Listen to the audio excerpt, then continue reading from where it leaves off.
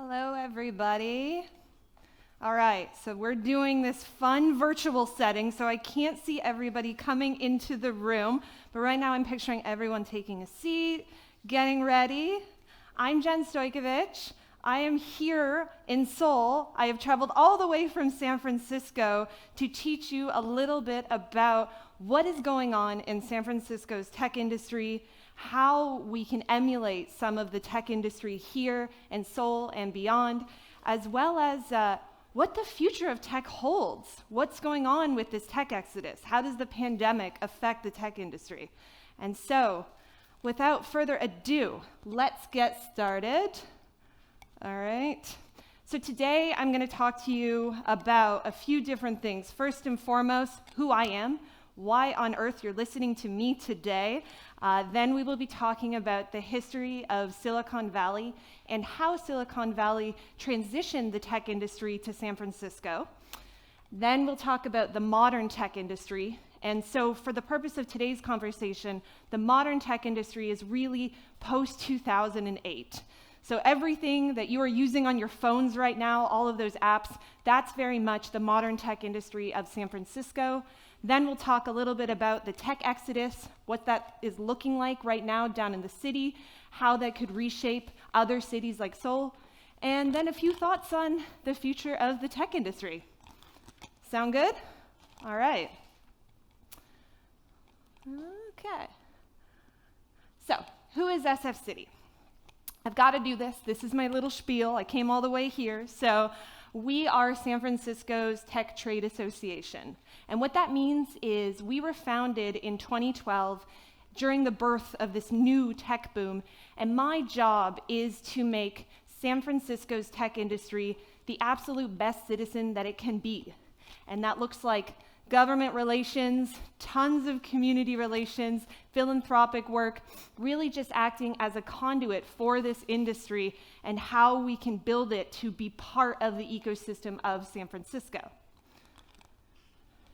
So let's take a little walk down memory lane. Silicon Valley. Now, to many people outside of the Bay Area and outside of California, Silicon Valley and San Francisco are one and the same, but that could not be farther from the truth. Silicon Valley is a distinct area between San Francisco and San Jose, and it has evolved with a completely different ecosystem of tech than the city and what we've seen after 2008. So Silicon Valley actually started back in 1939, and many people don't realize, but one of the very, very first big projects in the valley that made it what it is today was from a little group known as the National Advisory Council of Aeronautics. If anybody's a bit of a nerd in here, they would know that that group went on to become NASA. And so the second lab ever built in the United States for aerospace engineering and research was in Mountain View, which is now home to Alphabet or Google. After 1939, we also saw a huge growth in terms of academic institutions getting involved in this new burgeoning industry of engineering and technology. The biggest one that came out of that was Hewlett-Packard. Hewlett-Packard actually came out of Stanford University. Stanford University at the time was one of the first universities in the entire world to transition from academia to actually founding companies. So back then in the 30s, universities really did not participate in the business ecosystem. Very quickly after that, a little known invention known as the transistor was invented, and the hardware production that grew to become the silicon chips and much of the hardware that dominated from the 50s all the way to the 80s began to be produced. Another big change that happened in the Valley was in the 70s. Does anyone know what happened in the 70s in the Valley? Venture capital was invented. So venture capital was invented by New Yorkers, if you can believe it. So New Yorkers at the time had a ton of money in the finance industry. And they saw all these inventions coming out of California and coming out of the Valley. And they said, how do we get involved in that? And so they invented the concept of venture capital. And venture capital has been a huge piece of how the Valley has grown since.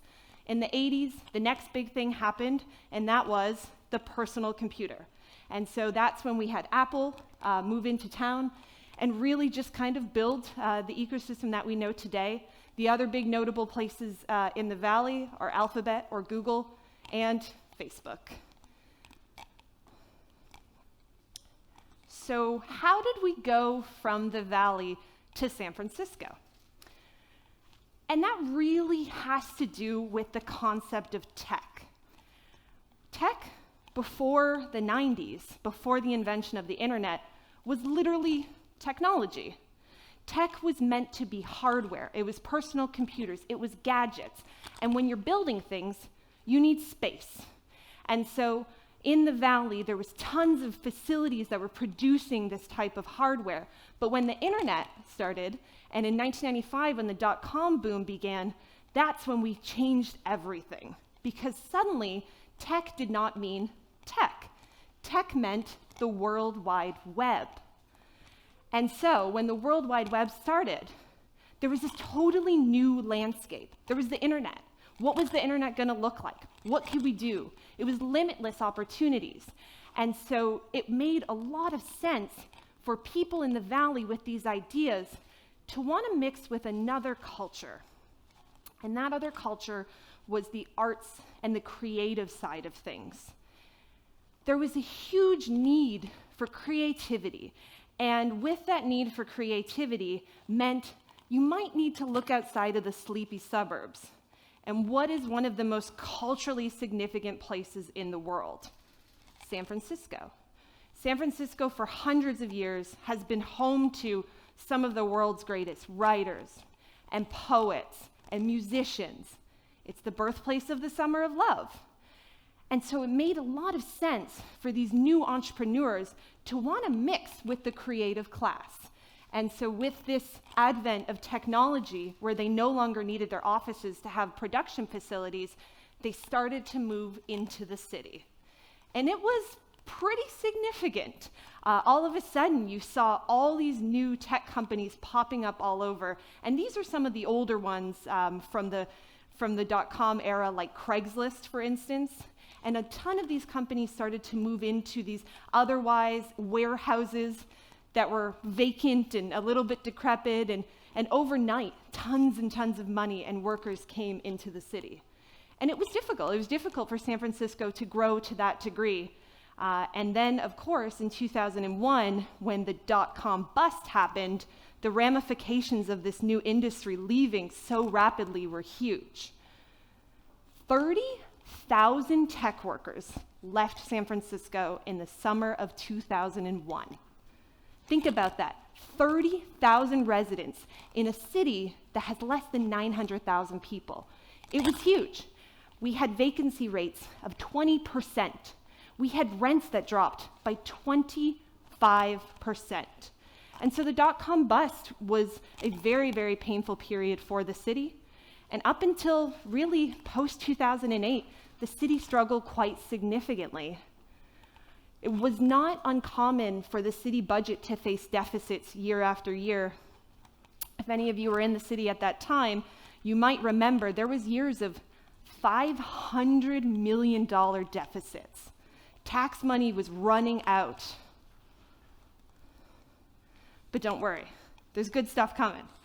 And so after 2008, there was a very slow economic recovery in the city, but then the Great Recession hit, and many of the companies that we now know as the modern tech era were created. Those are companies like Uber, Airbnb, Pinterest, TaskRabbit.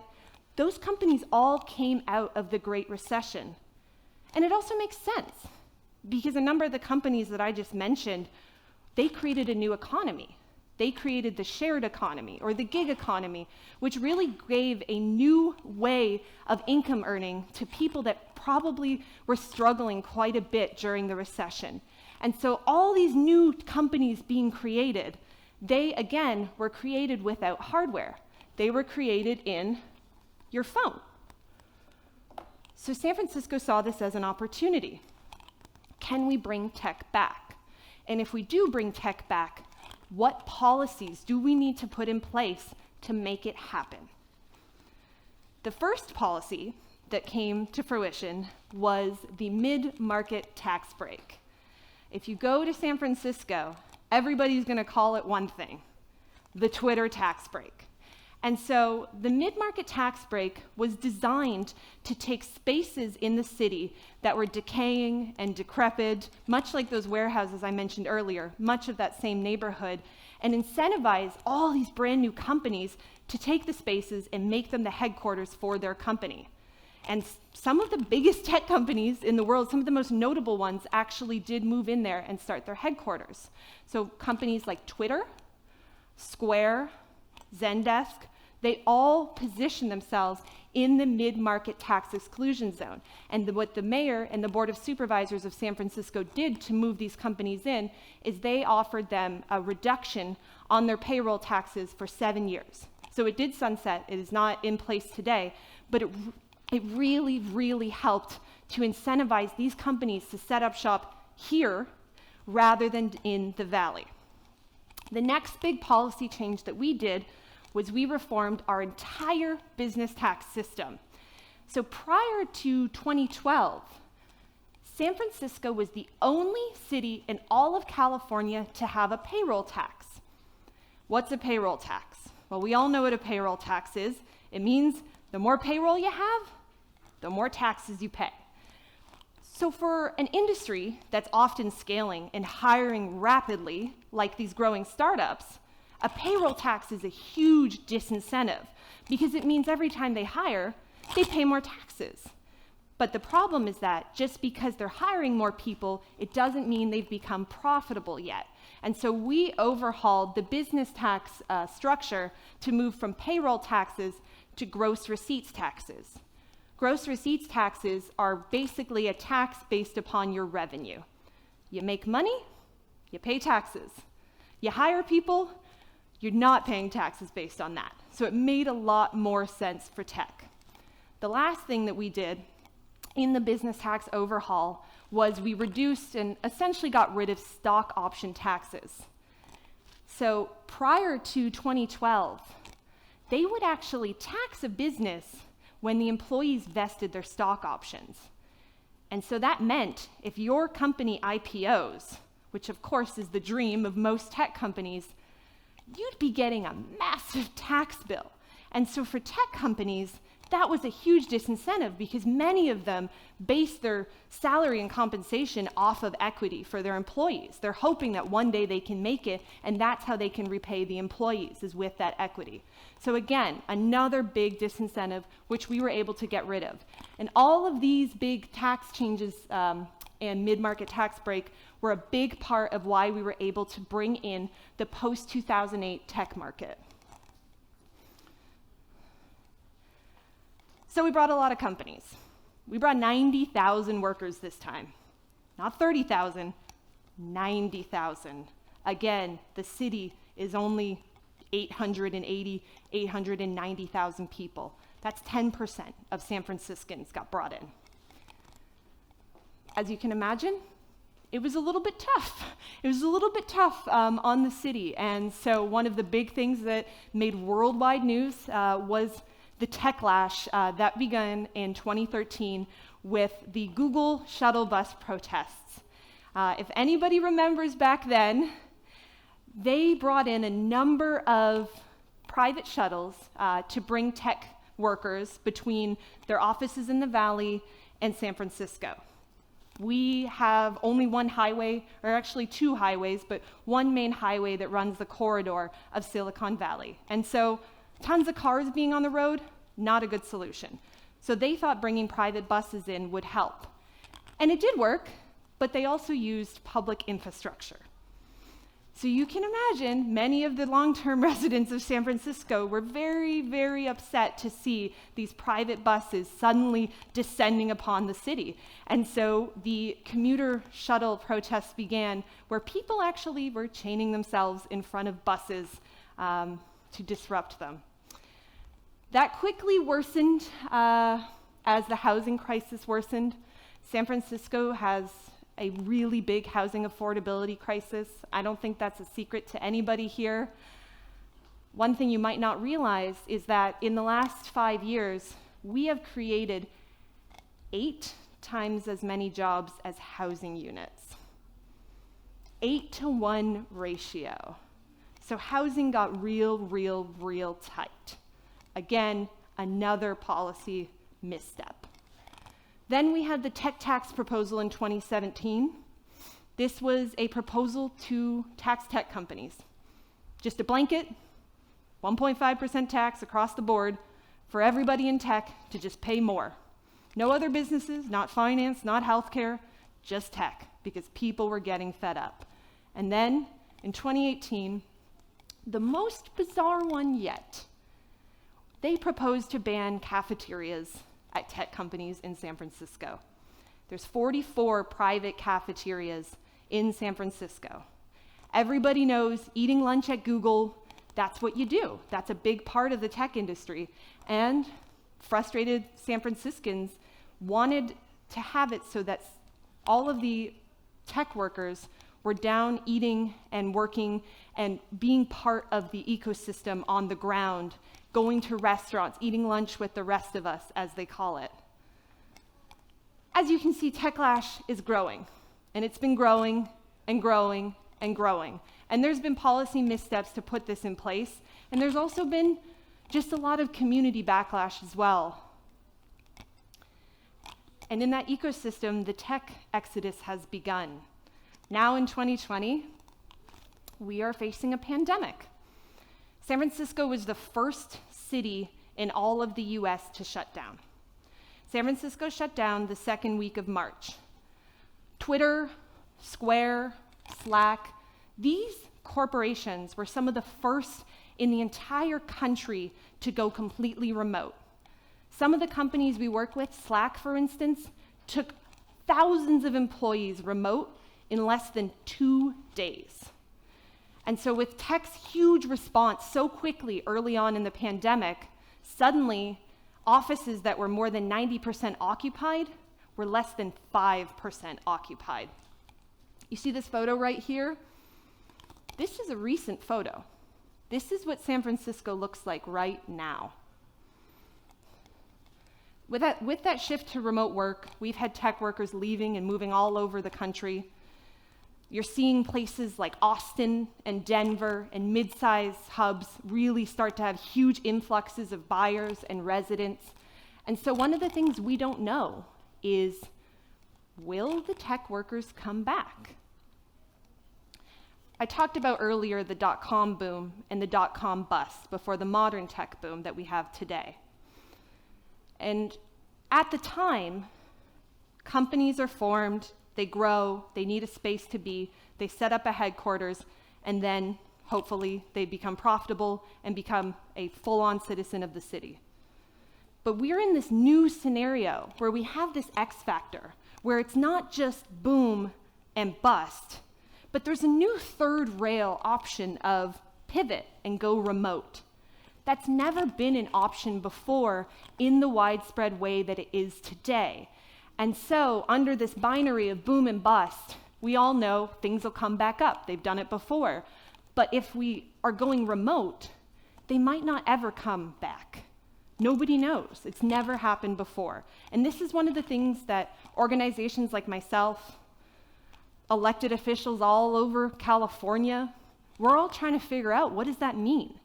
The average tech worker brings $650,000 in economic impact to the city. It's about 4.5 service jobs per one employee. So if we have 90,000 employees that leave, and even, let's say 50% come back, think about the millions and millions of lost economic impact that the city could face. And we're aware of that because we have almost a $2 billion budget deficit we're facing right now in the city. So what does this mean for Seoul? I'm going to go through a couple policy areas where we've seen how it can work or how it can't work in San Francisco and in California, and how the city here could really usher in similar things that could work. So first and foremost, investment. Reducing restrictions for foreign investment is huge. And South Korea has actually made a number of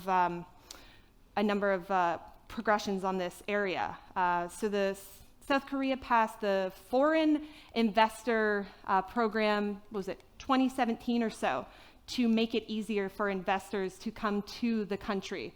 Incentivizing this foreign spending with tax benefits is another thing that worked extremely well.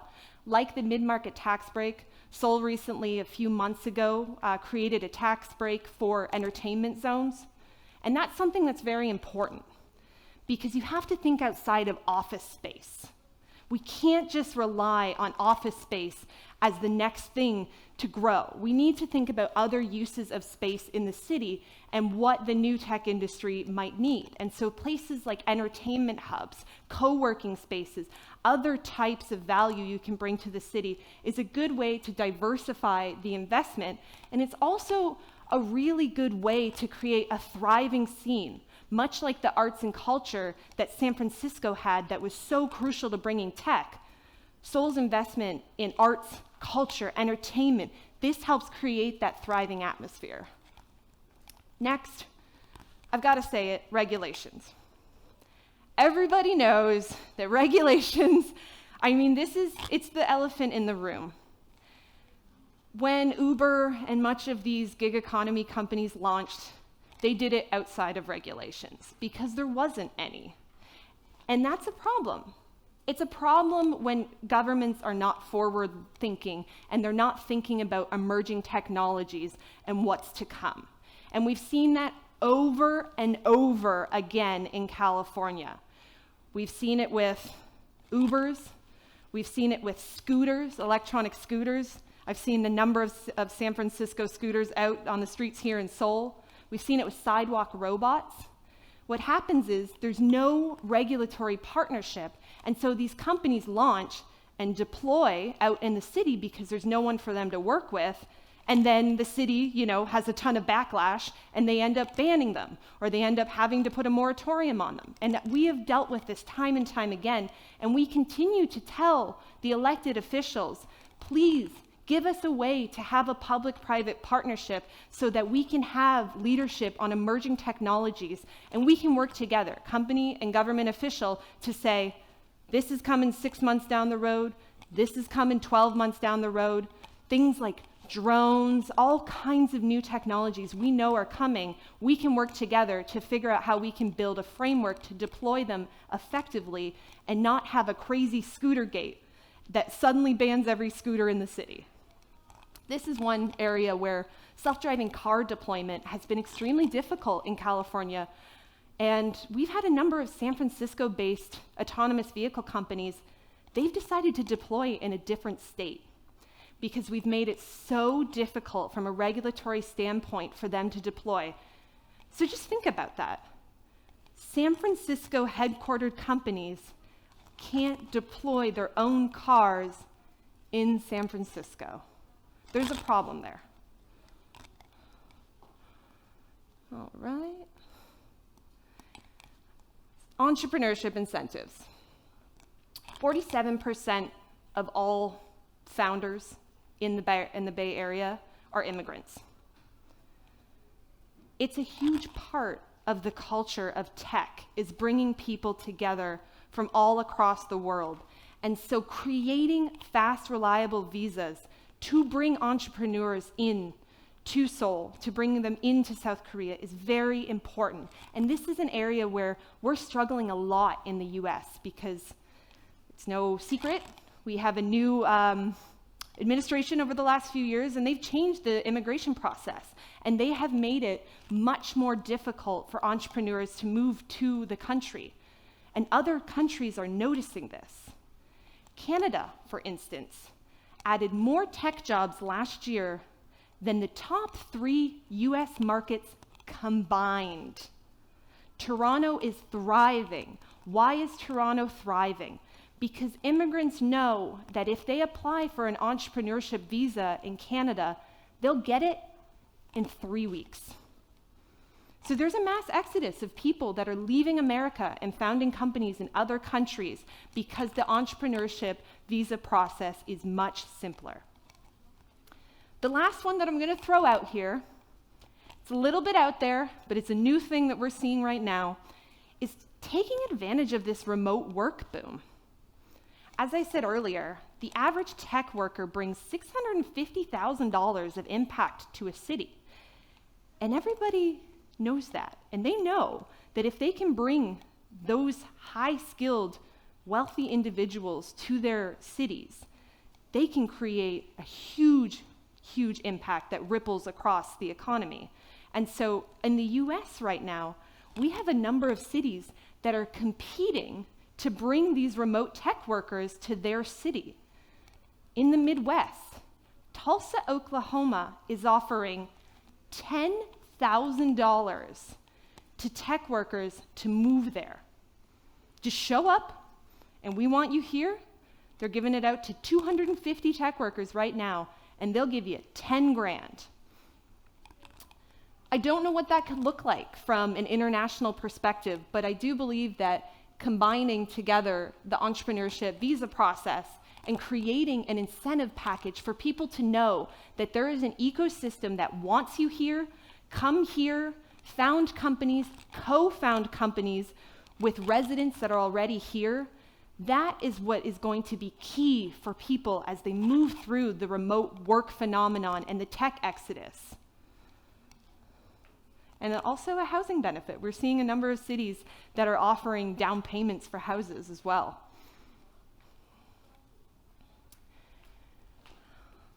There's nothing more heavy-handed than a picture of a sun setting on San Francisco's tech industry. What's it going to look like? Your guess is as good as mine. We don't know what the implications of long-term remote work are going to be.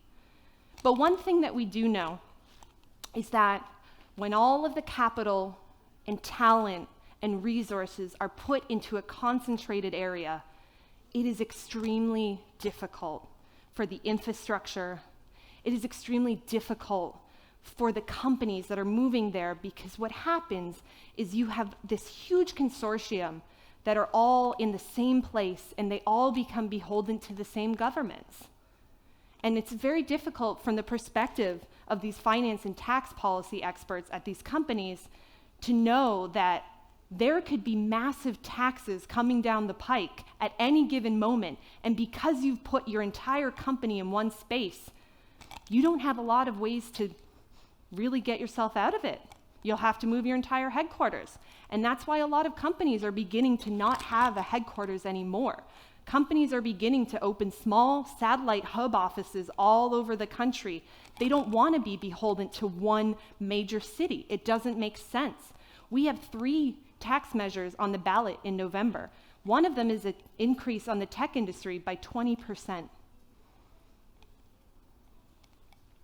The other thing that I think is really important to understand is that we have an opportunity to diversify and make some of the most incredible tech companies the world has ever seen. Because we know that when you bring together entrepreneurs from all across the world, you are able to create some of the most innovative ideas.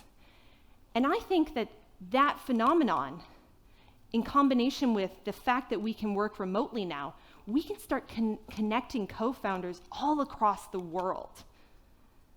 And that could be a very, very powerful thing. The last thing that I'll note is Sol's already doing this right now, but really making sure that you are maintaining the culture and the entertainment and the value of creativity in this city. That's what the tech industry wants. That's how you attract people here. And so it's exciting to see some of the programs that are coming out here with the entertainment investment opportunities and things like that. That's showing that Seoul's a place that is an ecosystem that can support you and create the type of innovation that you're looking for. I think that is probably the last remarks that I will make. I'm not sure if do we have some time for Q&A?